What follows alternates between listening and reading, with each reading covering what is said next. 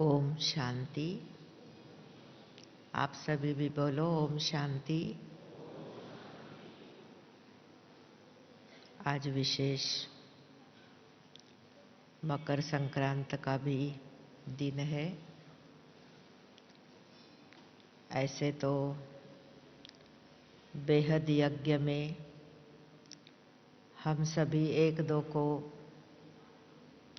मिलते रहते हैं, लेकिन आज सामने मिलने का सौभाग्य बाबा ने और बड़ों ने दिया हुआ है। संक्रांत के दिन हम सभी एक दो को मिलते हैं, तिल गुड़ देते हैं और बोलते हैं कि मराठीमध्ये म्हणतात, तिळगुळ घ्या गोड गोड बोला। लेकिन हम कहेंगे कि ये मीठी चीज लो तिल गुड़, और बाबा के कहने के अनुसार मीठी मीठी अवस्था बनाओ, क्योंकि बाबा हम सभी से यही चाहते, सोचो भला करो भला, कर भला तो हो भला। और कहते हैं कि करते चलो सबका भला, जीवन जीने की ये है कला। तो ऐसी सुंदर कला अच्छा सोचने की, अच्छे सोच को बोल में लाने की और अच्छे सोच को कर्म तक लाने की शक्ति प्यारा बाबा हम सभी को दे रहा है। हम सभी भी ले रहे हैं और हर एक आत्मा अच्छे ते अच्छा सोचकर, अच्छे ते अच्छा बोलकर, अच्छे ते अच्छा करके अपना भाग्य बना रही है। संगम युग सुहावना युग है, हम सभी जानते हैं।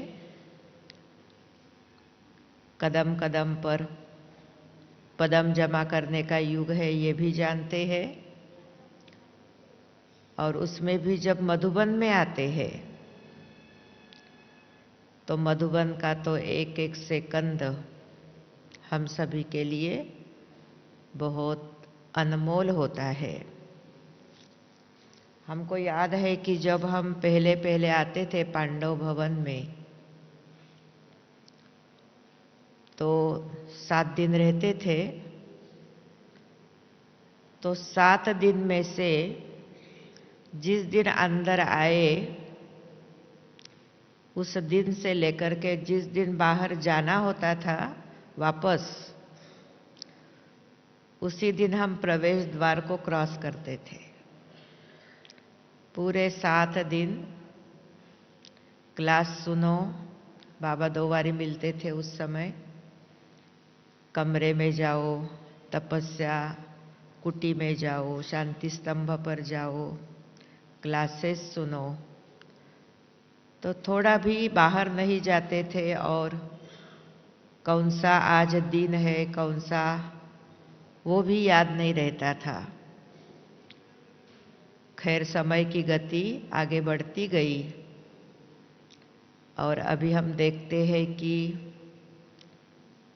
90% भाई बहन तो पूरा लाभ लेते हैं, लेकिन कुछ परसेंट बाहर मार्केट इधर उधर, ज्ञान योग का टाइम भी उसमें गवा देते हैं। तो हम सभी एक दो को यही सहयोग देंगे कि सभी को ज्ञान योग करना है। शांतिवन आते हैं, अभी तो बहुत कम दिन हमको मिलते हैं, 4 दिन में तो पूरा हो जाता है। तो उसका हम पूरा ही लाभ लेवे। ठीक है सबको? कोई मतलब आपका फ्रेंड कोई बोलता है मैं बाहर जाके आता हूँ या इधर जाके आता हूँ, आप उसको बोलना नहीं। बाबा आने से पहले 2 दिन और बाबा आने के सेकंड डे, ये 4 दिन तो बड़े महत्वपूर्ण होते हैं। मधुबन हमारे लिए बहुत कुछ मेहनत करता है, तो हम उस मेहनत को सफल करें। बाकी आज विशेष समय के लिए मुझे एक कहानी याद आई। समय बड़ा बलवान है, समय की हमें बहुत वैल्यू करनी है। और समय कैसे फास्ट जा रहा है आप सभी भी अनुभव करते होंगे। देखते देखते 15 साल चला गया, 16 साल आ गया और उसमें भी 14 दिन बीत गए। तो बाबा हम बच्चों को कहता है कि बच्चे समय बहुत कीमती है, और उसमें भी जब इस धरनी पर आते हैं तो यहाँ का तो सेकंड सेकंड हमें अच्छी स्मृतियों में रहते हुए बहुत अच्छी तरह से सफल करना है। तो कहानी हो सकता है आप सभी ने सुनी भी होंगी। कहानी इस प्रकार है कि एक वृक्ष था, उस वृक्ष के नीचे एक कुआं था और दूसरे वृक्ष पर एक तोता और मैना बैठे थे। इस वृक्ष पर एक बंदर बंदरी बैठे थे, दूसरे वृक्ष पर तोता मैना बैठे थे। तो तोता मैना की भाषा बंदर बंदरी को समझ में आती थी। तो तोता मैना आपस में बोल रहे थे कि इसी वक्त अगर ये बंदर बंदरी नीचे कूद जाएंगे तो ये राजकुमारी बनेंगे। इसी वक्त तो जो बंदरी थी उसने सुन लिया, कूदी। जैसे कूदी राजकुमारी बन गई। बंदर सोच में पड़ा कि क्या मालूम ऐसे कभी होता है क्या। जब उसने देखा कि बंदरी तो राजकुमारी बन गई, तब उसको ख्याल आया कि मैं भी अभी कूदूं। लेकिन जैसे वो कूदा, वो राजकुमारी नहीं बना, लेकिन उसको बहुत चोट आई सारी। क्यों ऐसा हुआ? क्योंकि तोता मैना ने क्या बोला था? इसी वक्त, सुनते ही। तो उसने टाइम गवा दिया। तो वो बंदर जो था वो तो राजकुमारी तो बना ही नहीं, लेकिन वहां से एक व्यक्ति आता है, उसको और भी खड़ा करता है और डमरू बजा करके उसको डांस सिखाता है। तो ये है समय का महत्व। अभी हमें भी बाबा बार बार बहुत सारे इशारे, आज तो जब मैं मुरली सुन रही थी, रतन मोहिनी दादी जी कितना सबको बोल रहे थे कि 6 दिन 7 दिन साइलेंस में रहो, साइलेंस में रहो। तो ये जो भी बड़े हमको इशारे देते हैं, और ये तो समझो ये जनवरी मास हम सभी बहुत लकी है, क्योंकि एक तो जनवरी मास,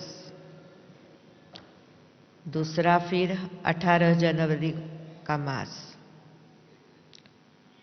और 16 साल, तो सब जैसे कि वैल्यूएबल बातें आ गई है। तो हम लोग भी अपने लिए, मटेरियल तो बाबा बहुत दे रहा है, हम अपने लिए सोच करके, क्योंकि सबका आधार तो सोच ही होता है,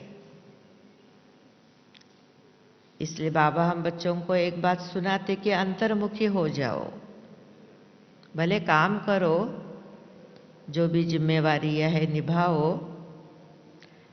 लेकिन वो करते हुए भी आप अंतर्मुखी रहो। मतलब मेरे अंदर क्या सोच चल रहा है। कल किसी ने मुझे लगता है शाम को प्रेम मसन भाई ने क्लास किया था, तो उन्होंने बोला था कि अभी ऐसा समय आया है, सोच कर सोचो, क्योंकि हमारे सारे जीवन का आधार हम सभी जानते हैं, आप सभी भी जानते हैं कि सोच ही है, याद ही है कि मुझे क्या याद आ रहा है। और मीठे बाबा तो हमको इतनी स्मृतियां दे रहे हैं, और जनवरी मास के लिए तो खास बाबा कहते स्मृति में ही रहो, और स्मृति से समर्थि लाओ। ज्ञान की बातें तो आप और हम सभी सब प्रकार से जानते हैं, मानते भी हैं और कर भी रहे हैं। खाली बाबा कहते करने की स्पीड थोड़ा बच्चे बढ़ाओ। उसको बाबा कभी तीव्र पुरुषार्थ बोलते, कभी ऊंची उड़ान बोलते, कभी उड़ती कला बोलते। और अभी इस जनवरी मास में डबल लाइट रोज हमको पॉइंट्स आ रही है। हल्के रहो, बहुत हल्के रहो, क्योंकि ज्ञान मार्ग में चलते चलते कभी भारीपन आ जाता है, चाहे परिस्थितियों के कारण आता, कभी अपने ही संस्कारों को हम चेंज नहीं कर पाते उसके कारण आता, कभी टाइम को, संकल्पों को वेस्ट कर देते उसके कारण आता, तो आ जाता है। तो खास हमको डबल लाइट की सारी बातें आ रही है, तो ज्ञान की ही बातों को हमने थोड़ा सा बीच बीच में हम ऐसा पुरुषार्थ करते हैं और क्लास वालों से भी करा लेते हैं। एक हमने चार्ट बनाया था, और उस चार्ट के अंदर, क्योंकि बाबा हमेशा कहते हैं चार्ट ही परिवर्तन का आधार है, तो हमने उसमें एक अभ्यास दिया था सबको, और सभी भाई बहनों ने और हम बहनों ने भी जो सेंटर में रहती है, उसमें मेनली अभ्यास था कि सबको आत्मा के रूप में देखना है।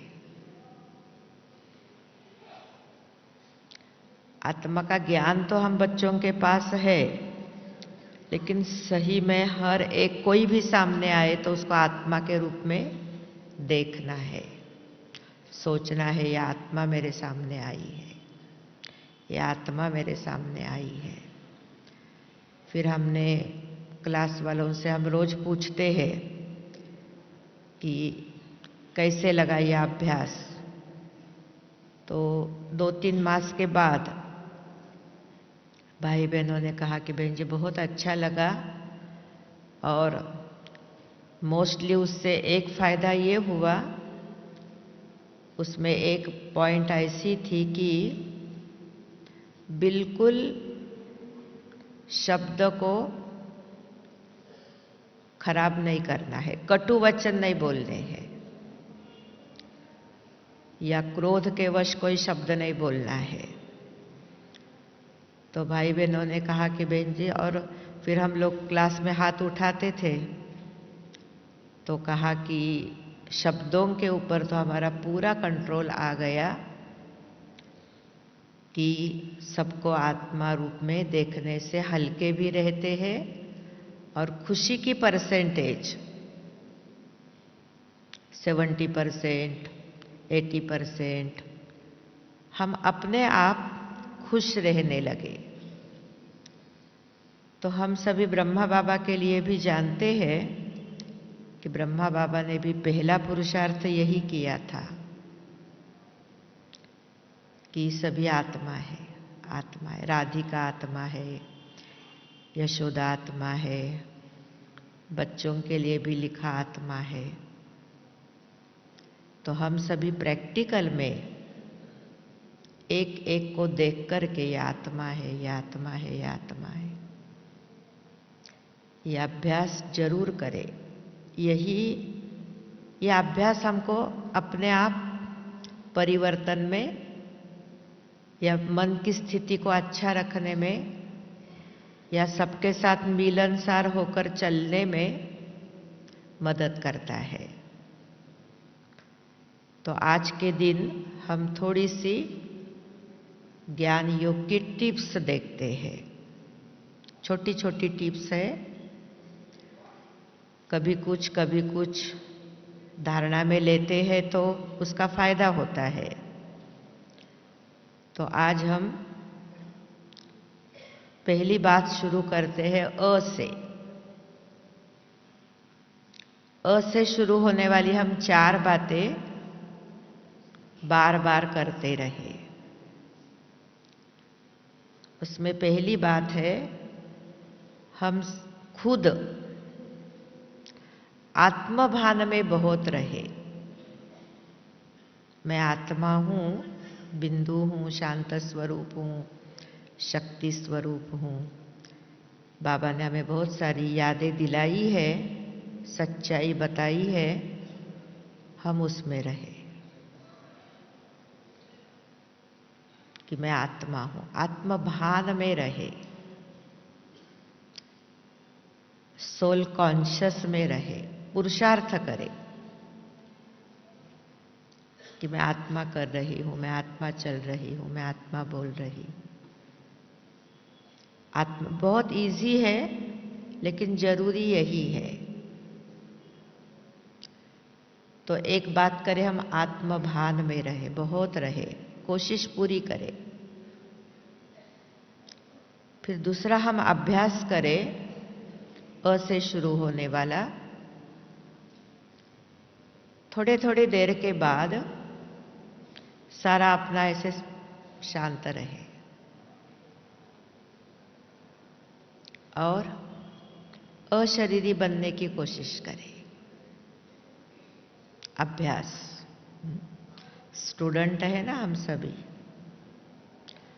और बहुत ऊंचा लक्ष्य बाबा ने हमको दिया है, देवी देवता बनने का, सतो प्रधान बनने का। तो ये जो लक्ष्य है उस तक पहुंचने के लिए अशरीरी।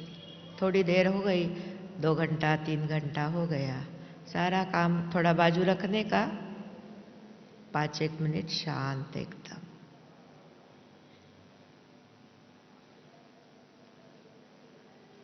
पूर्ण आत्मभान में, मना जैसे शरीर डिटैच होने की कोशिश करें, आत्मभान में कंप्लीट स्वयं को स्थित करें। फिर तीसरा हम ये अभ्यास करें, अ से शुरू होने वाला, सबको अपना समझे। ऐसे भी बाबा ने हमको कहा ही है कि सभी आपके ही भाई बहन है, क्योंकि जो अपने होते हैं उनको हम समा लेते हैं, जो अपने होते हैं उनको हम सहन भी कर लेते हैं। तो एक शिव बाबा के बच्चे सब अपने हैं, ये भावना हम बढ़ाए। किसी भी स्टेट का हो, किसी भी गांव का हो, कोई भी हो, बाबा ने बहुत सुंदर स्मृति दिलाई, सब तुम्हारे भाई है, भाई बहन है।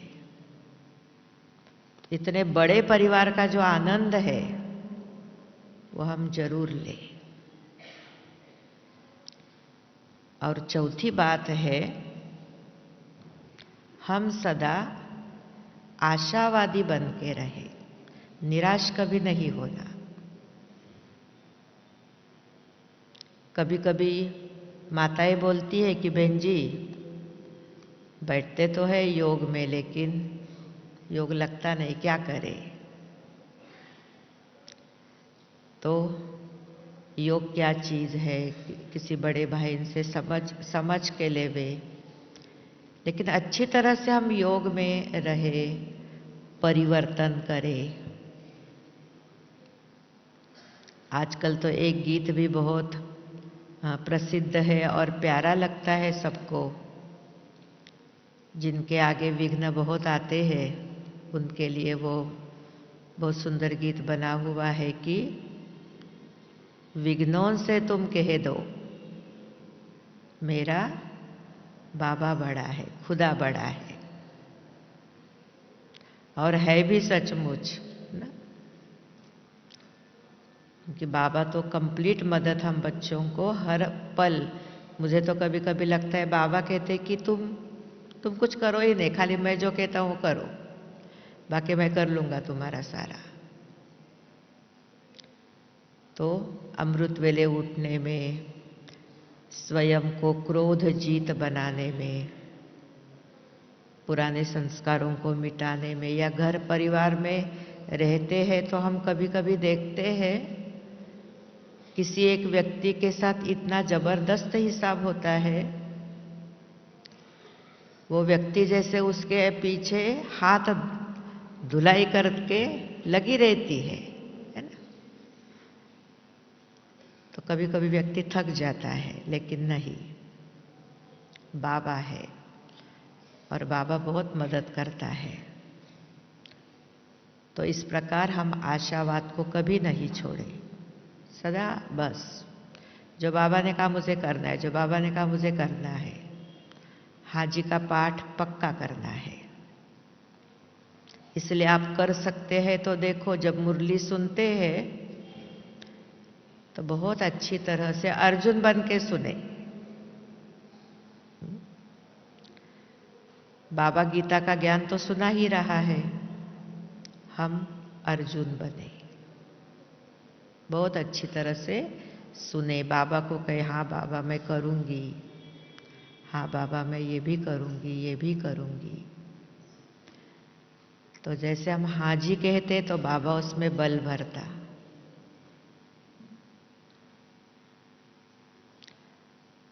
फिर है ब से शुरू होने वाली 4 बातें हम ध्यान में रखेंगे। उसमें एक बात है, बाबा हमको 5000 साल के बाद मिला है, ये तो हम सभी जानते हैं। और चाहे कोई छोटे हैं तो इस जन्म में उन्होंने भक्ति नहीं की है, लेकिन फिर भी बाबा ने कहा है तुमने 63 जन्म मेरी भक्ति की है, भले इस जन्म में नहीं की है। और कई ऐसे भाई बहन हैं जो इस जन्म में भी उन्होंने बहुत भक्ति की है। तो बाबा को बहुत प्रेम से हम याद करें, सूखा सूखा याद नहीं करें। चाहे आप 2 मिनट के लिए बैठो, चाहे 10 मिनट के लिए बैठो। आपने देखा होगा ना, जो घरों में रहने वाले भाई बहन है, आपका बच्चा ओ माँ करके जब नजदीक आता है तो माँ को कितनी खुशी होती है। या पप्पा के पास भी एकदम प्रेम से आता है तो पप्पा को भी बहुत खुशी होती है। तो उसी प्रकार बाबा को हम कितना भी याद करें, 2 मिनट करें, 5 मिनट करें, 10 मिनट करें, प्रेम इमर्ज हो, प्रेम से याद करें, रूह रिहान करें। कोई भी बात हम बाबा से बोल सकते हैं, चाहे परिवार की हो, चाहे आध्यात्मिक परिवार की हो। बड़े प्रेम से बातें करते रहे।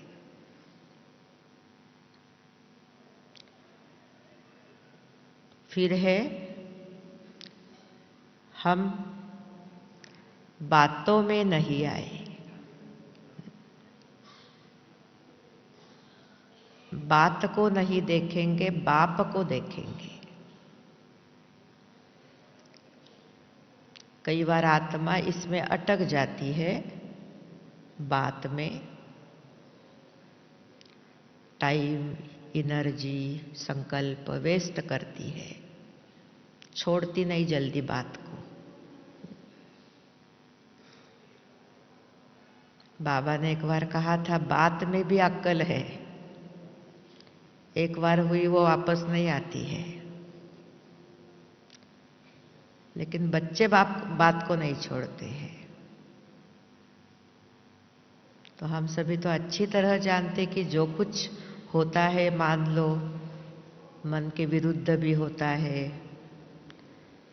या नहीं होना चाहिए वो भी हो जाता है।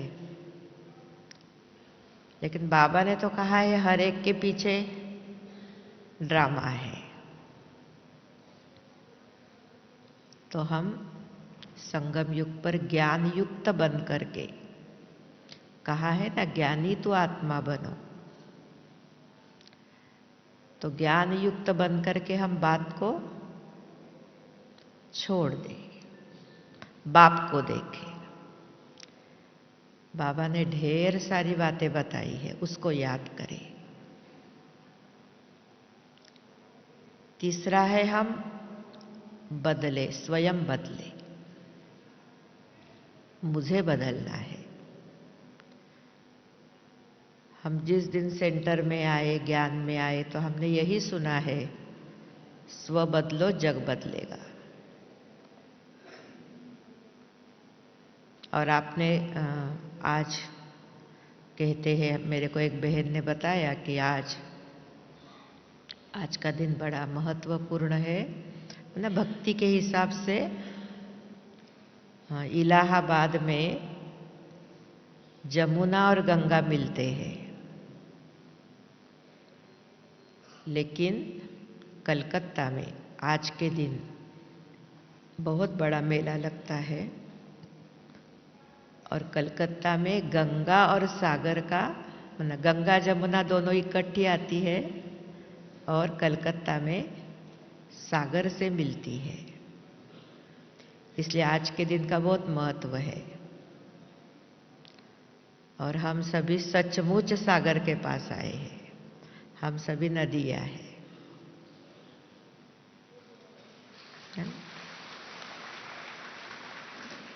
तो आपने देखा होगा कि नदी की विशेषता क्या होती है। नदी की विशेषता ये होती है कि नदी ऐसे जाएंगे, ऐसे जाएंगे, ऐसे जाएंगे, ऐसे जाएंगे।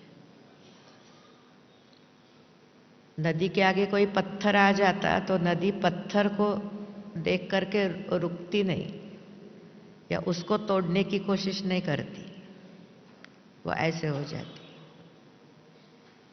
आगे चली जाती। तो उस नदी का टाइटल बाबा ने हम आत्माओं को दिया है, और बाबा सागर है।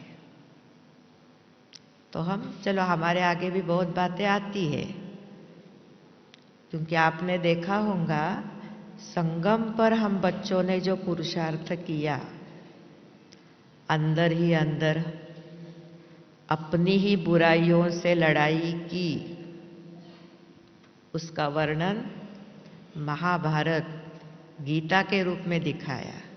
कितना बड़ा महाभारत दिखाया। युद्ध तो इधर हुआ, रूप कितना बड़ा दिया है।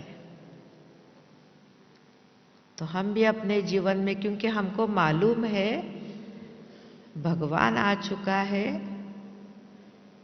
इंसान को बदल रहा है, और अब दुनिया बदलने वाली है। ये संसार में किसको भी मालूम नहीं, खाली हम आत्माओं को मालूम है कि कलयुग सतयुग में बदलने वाला है। तो फिर हम क्यों रुके, किसके लिए, बात के लिए। आगे चले जाओ। नदी है, पत्थर को तोड़ना नहीं, किसी व्यक्ति के लिए भी नहीं रुकना, उसको भी शुभ भावना देना, शुभकामना देना, सोचना उसके लिए अच्छा, आगे निकल जाना। तो खुद को बदलना है। और चौथा, हम ब से शुरू होने वाली बात ये रखेंगे कि बेफिक्र बादशाह की जो अनुभूति है, निश्चिंत जीवन। संसार भी चिंताओं में जल रहा है, हमको ऐसी चिंता नहीं है, लेकिन कभी कभी कोई छोटी चिंता पकड़ के व्यक्ति बैठ जाता है, तो हम चिंता नहीं करें, बेफिक्र। हमने सारी चिंता किसको दी है? दी है ना बाबा को। मेरा सब कुछ बाबा का। और कभी कभी है ना, ऐसे बैठ करके सोचना, क्या सचमुच मैंने दिया बाबा को सब कुछ? सचमुच दिया? फिर पूछो, फिर पूछो, सचमुच दिया? फिर पूछो, फिर मुझे क्यों चिंता हो रही है? अपने आप को अंदर से खोलते जाओ, कुछ अंदर रखो नहीं, क्योंकि अभी अंदर की सफाई चल रही है हमारी। अंदर आत्मा को हमें क्लीन, क्लियर करना है, क्लीन करना है, स्वच्छ, क्लियर, स्पष्ट दोनों कर देना है। इसलिए बेफिक्र।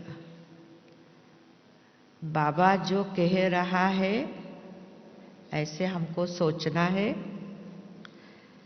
बाबा जैसे देखने के लिए बोल रहा है, ऐसे हमको देखने की कोशिश करनी है। बाबा जैसे बोलने के लिए बोल रहा है, ऐसे बोलना है। बाबा ने जैसे करने के लिए कहा है, वैसे करना है, बाकी निश्चिंत, बेफिक्र बादशाह। फिर तीसरा है क।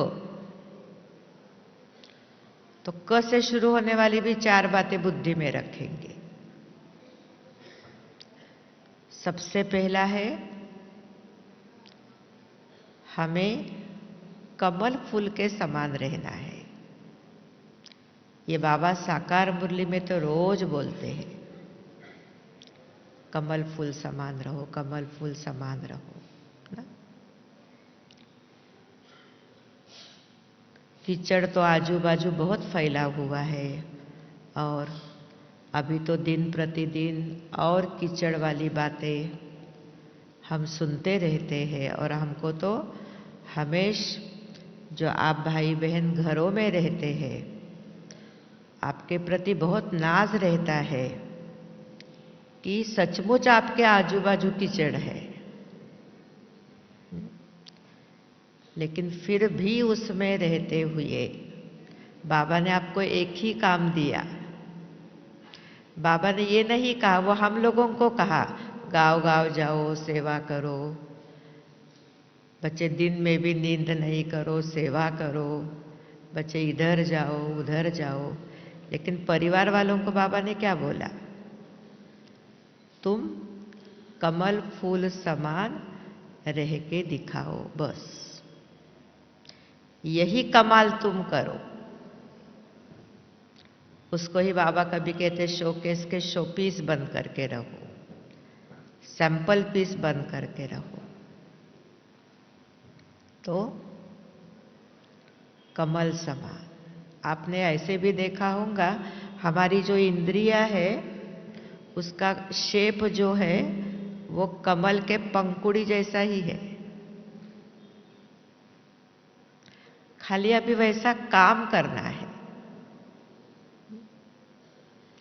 और उसके लिए फिर बार बार ये स्मृति रखनी है कि मैं शुद्ध आत्मा हूं। एक बार हम दादी जी के साथ बैठे थे, ऐसे ही पूछा, दादी क्या पुरुषार्थ करना चाहिए?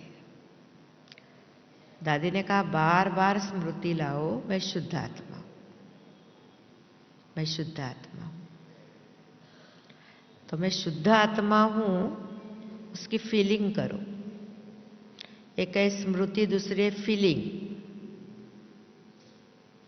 जैसे देखो, कोई बात फील होती है, निगेटिव बात, तो चेहरे पे आ जाती है, मुख से भी निकल जाती है। तो शुद्ध फीलिंग में रहो, मैं शुद्ध आत्मा हूं, और फिर ऐसा बोलो, देखो। तो कमल फूल समान हमको रहना है। दूसरा, करते चलो सबका भला, ये याद रखना है। करना है हमको। संगम युग बोलने का युग नहीं है। भक्ति में यही सुनते आए कि सुनो और छोड़ो। सत्संग में भले जाओ, सुनो, कान दो दिए हैं, इधर से सुनो, घर तक नहीं लाना उसको। लेकिन मीठे बाबा ने कहा नहीं, हर चीज बच्चे तुम्हें कर्म तक लानी है, और उसके लिए मेरे से पावर लो, शक्ति लो। स्मृति रखो, मैं मास्टर सर्वशक्तिवान आत्मा हूं। कई सारी स्मृतियां बाबा ने दी हुई है। तो हमको कर्म तक लाना है। जैसे बाबा खुश रहने के लिए कहते, बाबा सबके साथ प्रेम से चलने के लिए कहते। कभी बाबा हमको कहते कि बच्चे, जैसे आज की तो कितनी बातें थी ना, निंदा नहीं करो, गुस्सा नहीं करो ना, बहुत सारी बातें कितनी, तो बाबा समय प्रति समय हमको बताते रहते। तो हम क्या करें, कर्म तक लाना है। तीसरा हमको ये याद रखना है, क से शुरू होने वाली बात, कल कल नहीं करना है। हम कई बातों में ऐसा सोचते हैं कि कल से शुरू करेंगे। कभी सोचते हैं कि रक्षाबंधन से शुरू करेंगे, कभी सोचते हैं कि 1 जनवरी से स्टार्ट करेंगे। जो सेवाओं की बात अलग है, वो सबको मिलके करनी होती है, उसके लिए डेट टाइम फिक्स करना होता है। लेकिन परिवर्तन की जो बात है, खुद के परिवर्तन की,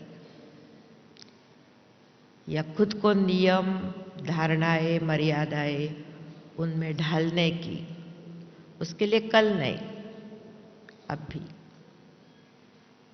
अभी से करेंगे।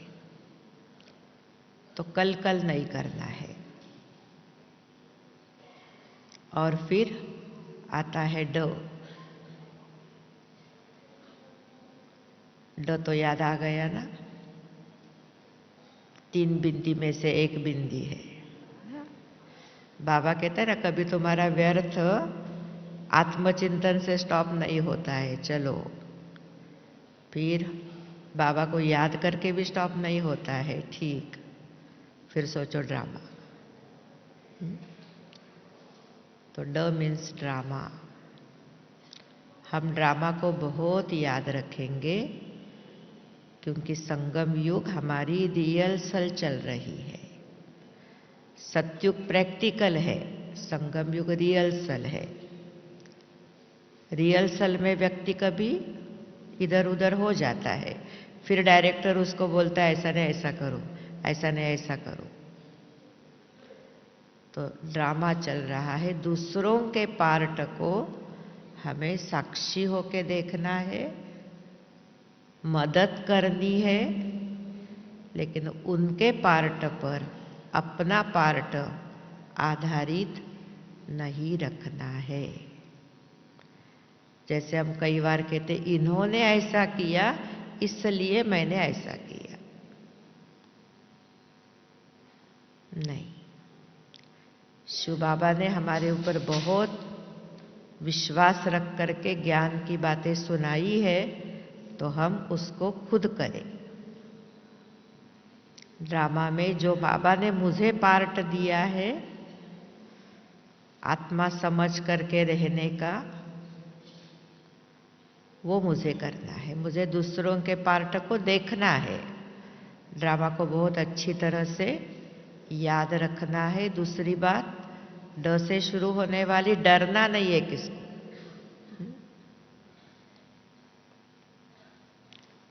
कई बार व्यक्ति डर जाता है, व्यक्ति से डरता, परिस्थिति से डरता नहीं, क्योंकि हमको अच्छी तरह से मालूम है हमको मदद करने वाला सर्वशक्तिवान है। बाबा को कहना, बाबा तुम भी मेरा हाथ पकड़ के रखो। मैंने भी पकड़ा है लेकिन तुम भी पकड़ के रखो। और बाबा ने कल कहा था कि ऐसे कई बार बाबा कहते हैं अकेले नहीं रहो कभी, ये मायावी राज्य है, अकेले रहेंगे तो डरेंगे, बाबा के साथ रहो तो डर नहीं लगेगा परिस्थिति का, व्यक्ति का, या कई बातों का डर होता है। एक बार हम लोगों ने ऐसे चिट-चैट की थी, डर के भी बहुत कारण होते हैं, तो डरना नहीं है। फिर तीसरी बात है, ड से शुरू होने वाली ड्रिल करते रहना है। बाबा ने कहा था कि तुम्हारी बुद्धि को अभी सूक्ष्म बनाओ, मोटी बुद्धि नहीं, महीन बुद्धि धारण करो तो महान बनते जाओगे।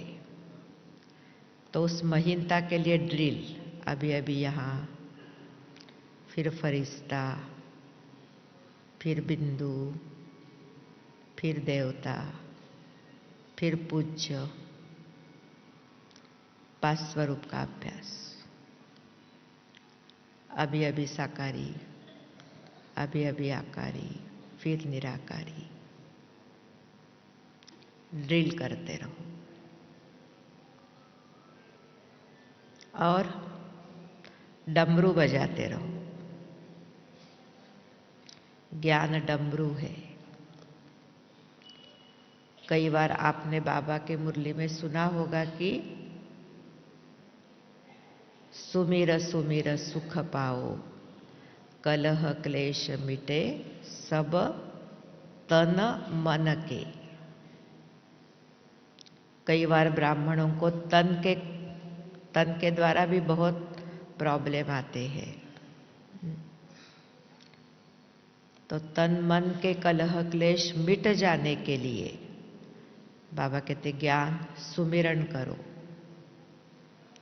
तो हम ज्ञान का डमरू खुद बजाएंगे, खुद के लिए, और कभी कोई मिलता है तो उसके लिए भी बजाएंगे, है ना। लेकिन सुमिरन बहुत अच्छी तरह से करे। डमरू का बहुत महत्व है। कहते शंकर ने भी डमरू बजाया और आदि मध्यांत का राज खोला। और फिर ड से शुरू होने वाली चौथी बात है, मन ही मन डांस करते रहे। मन ही मन, अपने मन की बहुत संभाल करे। मन को थोड़ा भी नीचे आने नहीं दे, क्योंकि बाबा रोज मुरली हमारे लिए जो सुनाता है वो मन को ऊंचा उठाने के लिए। एक बार हम लोग एक कॉलेज में गए थे, तो वहाँ पर एक बहन ने योग कमेंट्री की, तो उसने सुनाया कि अभी हम सकारात्मक चिंतन करेंगे, और फिर योग कमेंट्री की। तो 4 बच्चों का ग्रुप आया और उन्होंने सुनाया कि सकारात्मक चिंतन करो, सकारात्मक चिंतन करो। ये हम सुनते हैं,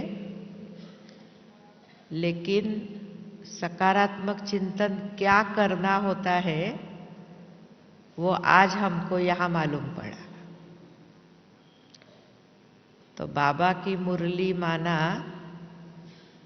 सारे सकारात्मक चिंतन है। तो वो सोचते रहे अंदर ही अंदर, और मन का काम है सोचना।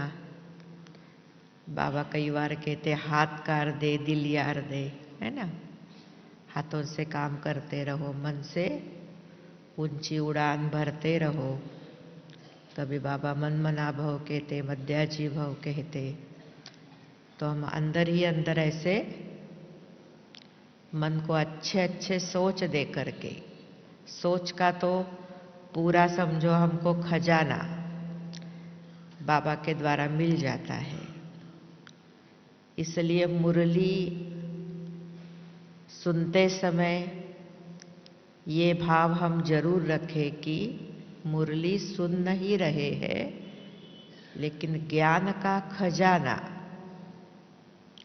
हम अपने अंदर भर रहे हैं। ज्ञान का खजाना बाबा देता है। और कई बार बाबा कहते मेरे एक एक रतन की वैल्यू बहुत, बच्चे बहुत है, अनमोल है।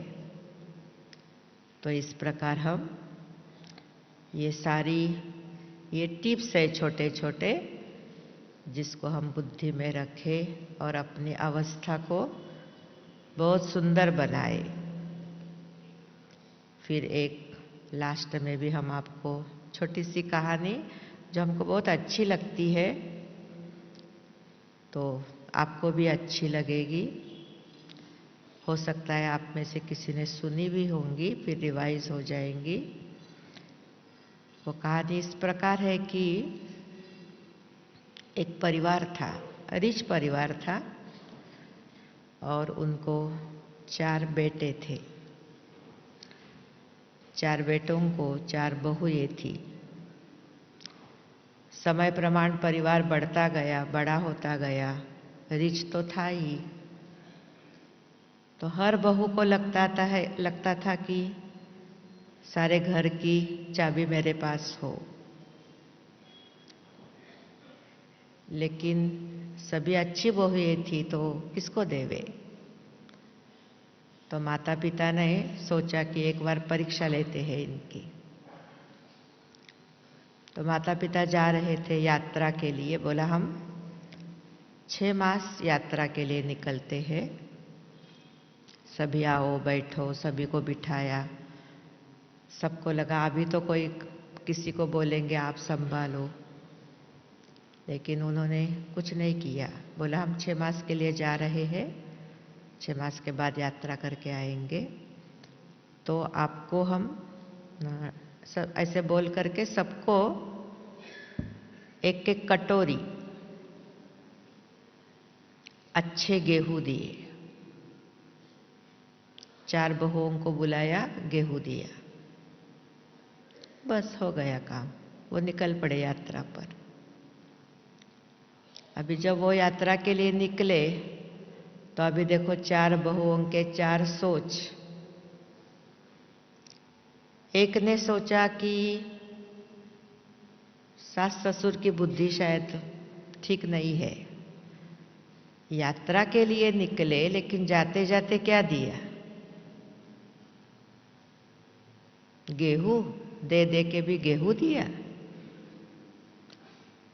तो बड़ी ने क्या किया, फेंक दिया। क्या करेंगे इसको रख करके। दूसरी जो थी थोड़ा सोचा कि ठीक है गेहूं ही दिए हैं, क्या करूं अभी इसको। उसने जाकर के गेहूं में मिक्स कर दिया, फेंका नहीं, मिक्स कर दिया। तीसरी ने सोचा कि सास ससुर ने गेहूं दिए हैं, कुछ तो समझ के दिए होंगे, लेकिन समझ में नहीं आ रहा कि क्या करूं इसके। तो उसने सोचा इनकी अमानत है, इसको मैं संभाल के रखूं। तो एक अच्छा डब्बा लेके उसमें वो डाल करके तिजोरी में रख दिया। और चौथी जो थी वो भी, उसने भी थोड़ा सोचा, फिर उसको लगा कि अभी ऐसे ही कहाँ रखने के बजाय इसको मैं खेती में डालती हूँ। तो जाकर के गेहूं को खेती में डाल दिया। चलो 6 मास हो गए, सास ससुर आ गए, उसके बाद भी 15-20 दिन चले गए। फिर अचानक एक दिन वो दोनों बैठे और सबको इकट्ठा किया और सबको पूछा, यात्रा का समाचार आदि सुना करके, कि मैंने आप सबको गेहूं दिए थे, लाओ सभी गेहूं।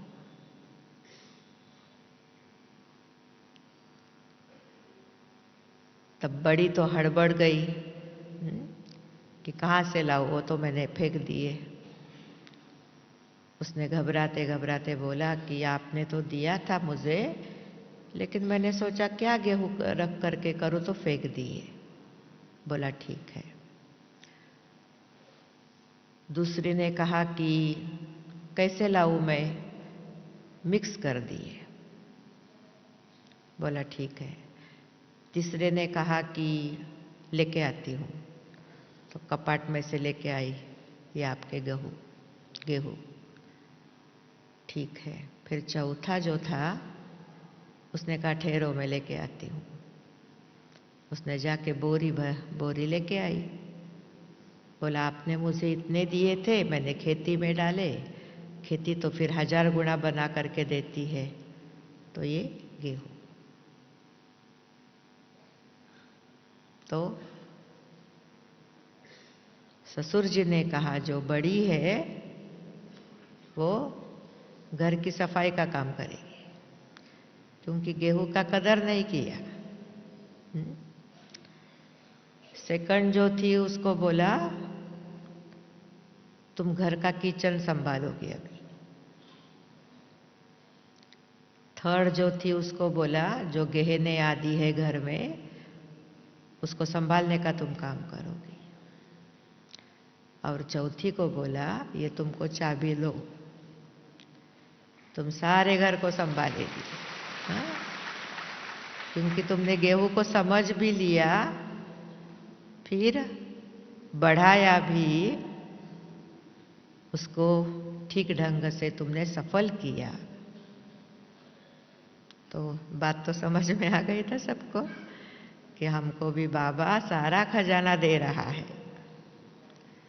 तो हम सभी भी कौन सी बहू बनेंगे? बहू तो नहीं, हम बाबा के अनन्य रत्न है। तो हम क्या बनेंगे? 4 नंबर की बनेंगे ना सभी। अर्थात बाबा जो इतना खजाना दिन रात, बाबा ही क्या, मैं कभी कभी सोचती हूँ ये मधुबन की एक एक दादी या एक एक ब्राह्मण, हमारे सेंटरों में भी हमारी बहनें, अनन्य भाई बहन कितना हमारे ऊपर मेहनत करते हैं, तो उनकी मेहनत को हम सभी सफल करेंगे। ओम शांति।